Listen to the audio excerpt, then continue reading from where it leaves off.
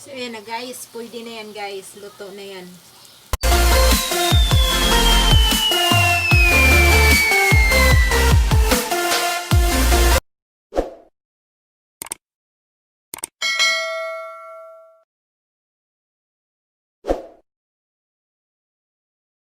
Guys, ngayon ipapakita ko sa inyo kung paano ako magluto ng sarili kong version ng pork chop steak. So, very easy lang yung version ko guys. So, tara! Sa inyo po na, at ito yung mga nasa class BSE at bilang malaking grupo sa socio-economic class sa ating bansa. So, isa yan po ang sakit. Kasi sa nakarang eleksyon, sabihin mo na kahit at advantage na sa atin.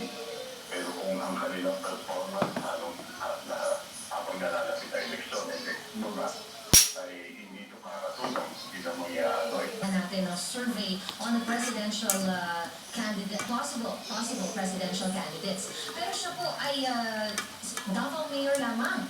Ang laki po ng bilang niya on Vismin, and she's also pulling up numbers on NCR. Why do you think this happens, sir? Considering na siya po ay isang local official lamang.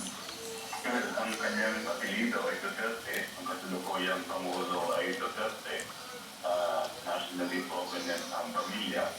Siya mismo ay mayroong pagkakilanlan sa kanya ang napaka-halos universal awareness. Kaya hindi natin matatanggal na maaaring sa roster ng mga partikular na kandidato ay meron.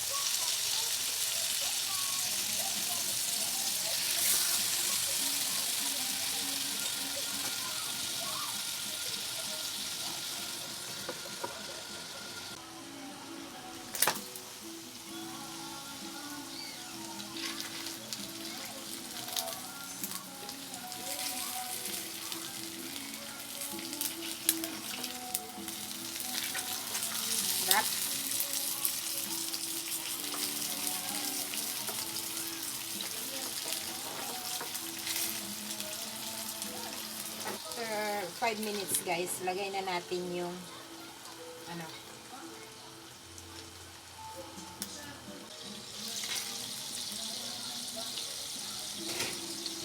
ilalagay na natin yung onions.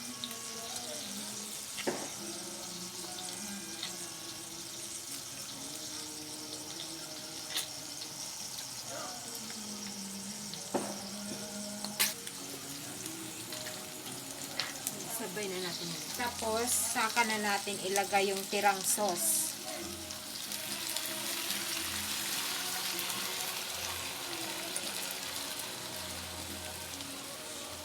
Cook pa natin ng about 3 minutes. So, ayan na guys. Pwede na yan guys. Luto na yan. So, patayin na natin. So, isa-serve na natin.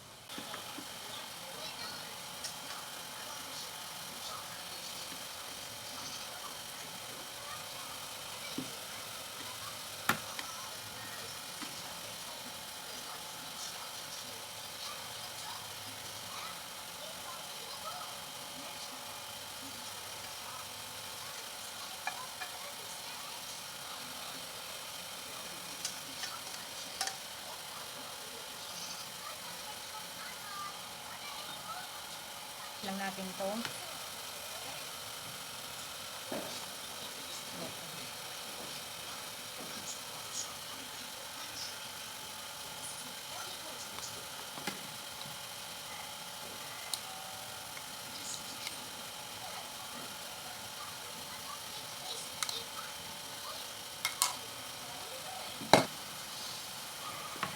Ganyan lang ako magluto ng pork steak, guys. Pork chop steak.